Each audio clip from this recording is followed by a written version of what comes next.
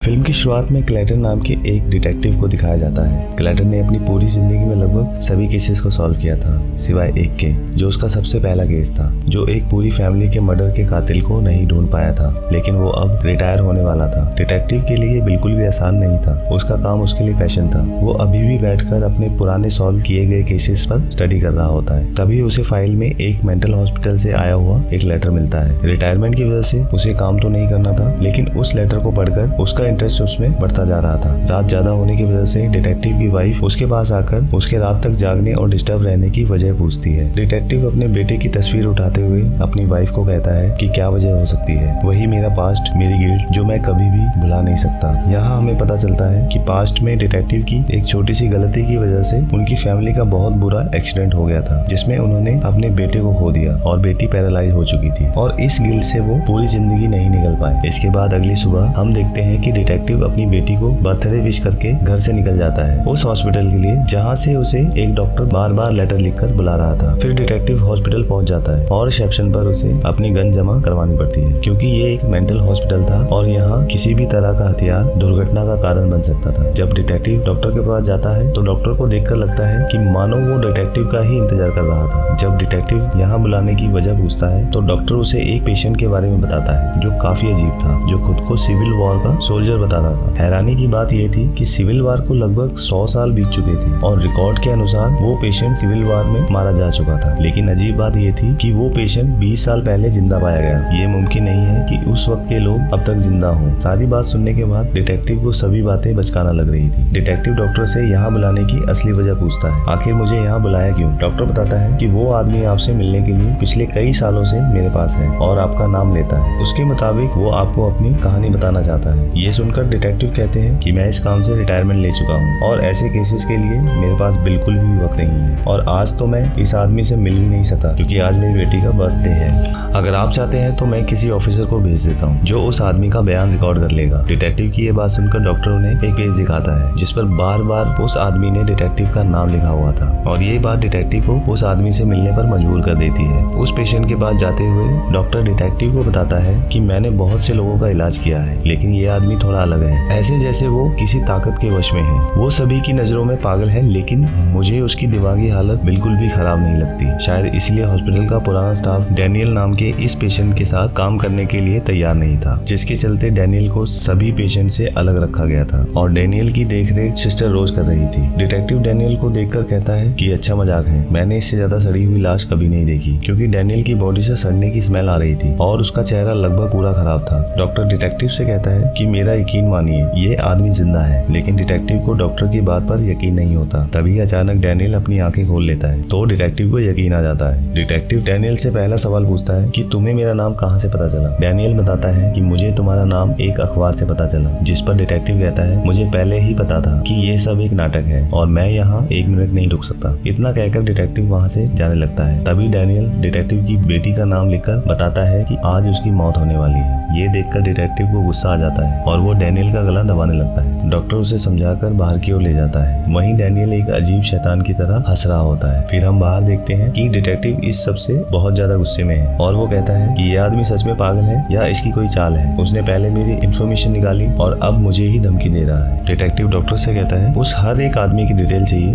जो पिछले 20 सालों में इससे मिलने आया। जिसके जवाब में डॉक्टर कहता है कि मेरा यकीन मानिए, इतने सालों में सिवाय कुछ नर्सेस के इससे कोई नहीं मिला, और यहाँ तक कि मुझे भी इसके बारे में ज्यादा कुछ नहीं पता। और अगर आपको अपने सवालों का जवाब चाहिए तो आप जाकर डैनियल से खुद ही बात कर सकते हैं। वहीं हम डैनियल के रूम में सिस्टर रोज को देखते हैं। तभी डैनियल अचानक उठकर बैठ जाता है। सिस्टर को भी सब अजीब लग रहा था। जब डॉक्टर और डिटेक्टिव अंदर आते हैं तो वो सिस्टर रोज को बेहोश पाते हैं। जब सिस्टर को होश आता है तो उसे कुछ भी याद नहीं होता। उसकी नाक से खून भी आ रहा था। ऐसा सिस्टर के साथ पहली बार हुआ था। फिर डॉक्टर डैनियल की कहानी पढ़ने लगता है जो एक नर्स ने लिखी थी। ये टाइम था सिविल वार का, जब डैनियल अपने देश के लिए लड़ रहा था। जंग के दौरान उन पर दुश्मनों का हमला हो जाता है। इस हमले में सभी मारे जाते हैं और डैनियल को भी गोली लग जाती है। मगर वो मरता नहीं और बेहोश हो जाता है। जब डैनियल को होश आता है तो वो खुद को बुरी तरह जख्मी पाता है और खून ज्यादा बहने की वजह से उसकी हालत और ज्यादा खराब होती जा रही थी और वो किसी तरह लकड़ी का सहारा लेकर गांव तक पहुंचने की कोशिश करता है और कुछ दूर पहले ही गिरकर बेहोश हो जाता है। फिर हम देखते हैं कि डैनियल को कोई खींचकर अपने घर ले आता है। डैनियल को जब होश आता है तो वो खुद को एक बिस्तर पर पाता है। डैनियल के जख्म उसे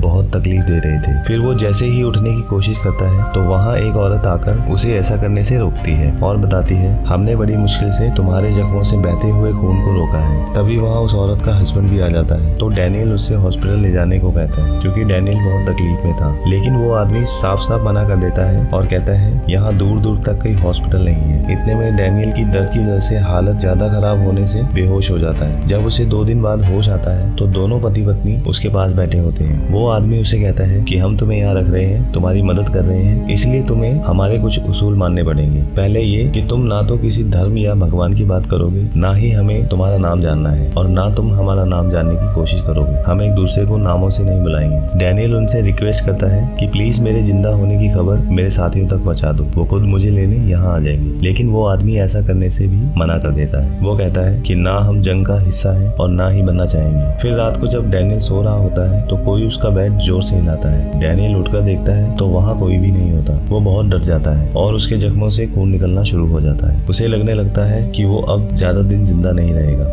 कहानी फिर से प्रेजेंट में आती है और डिटेक्टिव डैनियल से पूछता है कि कोई आदमी जख्मी हालत में किस तरह जिंदा रह सकता है और वो भी इतने सालों तक। इस कहानी में कोई लॉजिक ही नहीं है। डिटेक्टिव सिस्टर से पूछता है कि तुम्हें क्या लगता है, क्या ये कोई चमत्कार है? सिस्टर डरी हुई आवाज में कहती है कि ये बात मैं नहीं जानती, ये बात कोई प्रीस्ट ही बता पाएंगे, ये कोई चमत्कार है या संयोग। इतना कहकर सिस्टर वहाँ से चली जाती है। डिटेक्टिव डॉक्टर से पूछते हैं कि ये कहानी किसने लिखी। डॉक्टर बताते हैं कि ये एक नर्स ने लिखी और वो इस कहानी को लिखकर ही मर गई और जब उसकी जाँच की गई तो उसमें एक खतरनाक किस्म का कैंसर था। तभी सिस्टर उनके पास भाग कर आती है और कहती है कि ये सब जो कुछ भी हो रहा है इसे रोक दें। मुझे महसूस हुआ है कि डैनियल की जगह कोई शैतानी ताकत है और वो यहाँ किसी प्रीस्ट को बुलाने के लिए कहती है। लेकिन डिटेक्टिव को भूत प्रेत पर यकीन नहीं था और वो कहता है कि ये कहानी, ये किस्सा आज ही खत्म करेंगे। तभी डॉक्टर फिर से कहानी सुनाना शुरू करता है और पास्ट में कहानी वहीं से शुरू होती है जहाँ डैनियल की हालत और भी ज्यादा खराब हो चुकी थी। डैनियल अभी भी उसी घर में था और उसे वहाँ किसी शैतानी ताकत होने का एहसास हो चुका था। उसे यकीन था कि ये परिवार किसी शैतानी ताकत के वश में है। डैनियल अपने साथ होने वाली घटनाओं से बहुत डर चुका था। एक रात जब डैनियल सो रहा होता है तभी एक डरावनी सी बुढ़िया उसका बेड जोर जोर से हिलाती है जिससे डैनियल बुरी तरह डर जाता है। इस हादसे से वो वहाँ से भागने की भी कोशिश करता है लेकिन जख्मी होने की वजह से एक कदम भी नहीं चल पाता और वहीं पर गिरकर बेहोश हो जाता है। अगली सुबह जब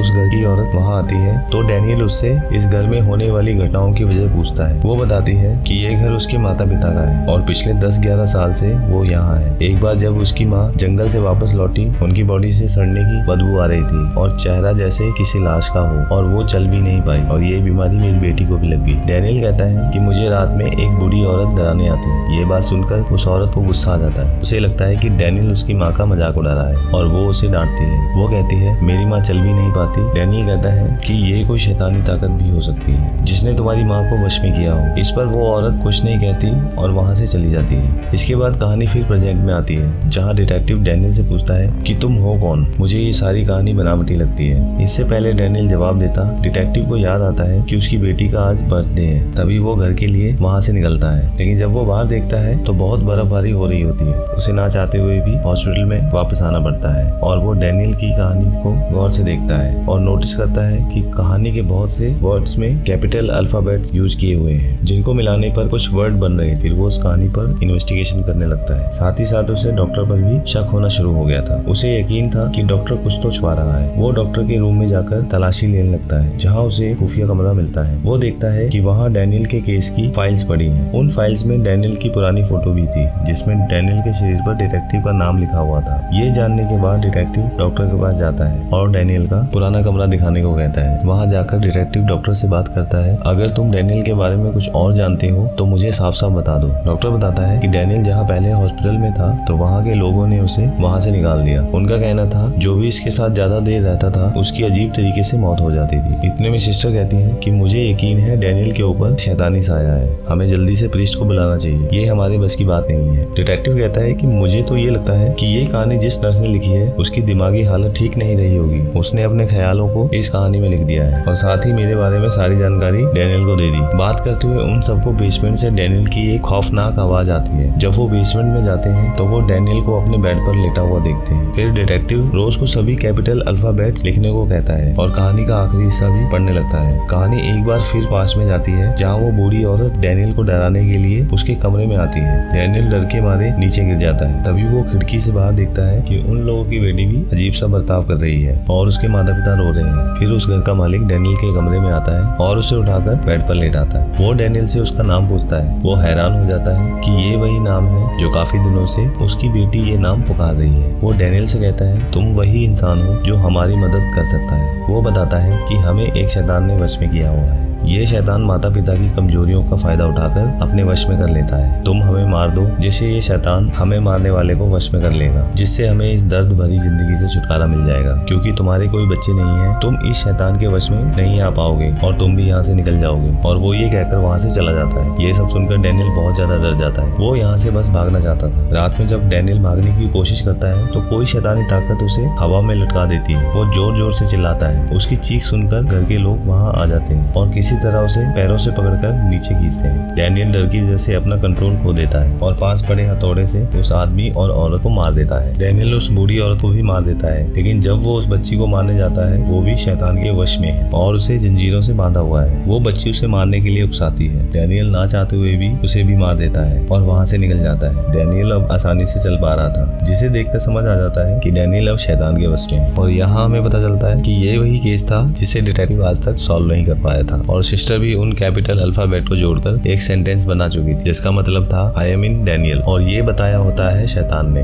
ये सब जानने के बाद डॉक्टर और सिस्टर बेहोश हो जाते हैं। ये देखकर डिटेक्टिव अपनी गन लेने लॉकर रूम में जाता है और जब वो गन लेकर लौटता है तो डैनियल उसे खड़ा होकर मारने के लिए उकसाता है, जो कि डैनियल के अंदर से शैतान बोल रहा था। डैनियल डिटेक्टिव को शैतान की बात ना मानने के लिए कहता है, क्योंकि वो जानता था कि ऐसा करने पर डिटेक्टिव की बॉडी पर शैतान कब्जा कर लेगा, क्योंकि शैतान अब डैनियल की बॉडी में रहकर तंग आ चुका था। तभी डिटेक्टिव गोली चला देता है और ऐसा करते ही शैतान डैनियल की बॉडी को छोड़कर डिटेक्टिव की बॉडी पर कब्जा कर लेता है। यहाँ हम देखते हैं कि डिटेक्टिव का चेहरा भी बदल चुका है, साथ ही चलने का तरीका भी अजीब हो गया है। डिटेक्टिव हॉस्पिटल से निकलकर अपने घर अपनी बेटी के रूम में जाता है तो शैतान उसे अपनी बेटी को मारने के लिए कहता है, लेकिन डिटेक्टिव दिमागी तौर से बहुत मजबूत था। वो अपनी बेटी को ना मारकर अपनी खुद की जान ले लेता है और वो शैतान अब किसी पर भी हावी नहीं हो सकता था और उस शैतान को वहाँ से जाना पड़ता है। ये देखकर डिटेक्टिव की वाइफ और बेटी बहुत रोने लगती है। वहीं दूसरी तरफ हॉस्पिटल में हमें डैनियल को दिखाया जाता है, जो अब बिल्कुल नॉर्मल हो चुका है और जिंदा है। वहीं डॉक्टर और सिस्टर को भी होश आ जाता है। इसी के साथ ये कहानी, ये फिल्म खत्म हो जाती है। ये फिल्म सन 2020 में रिलीज हुई।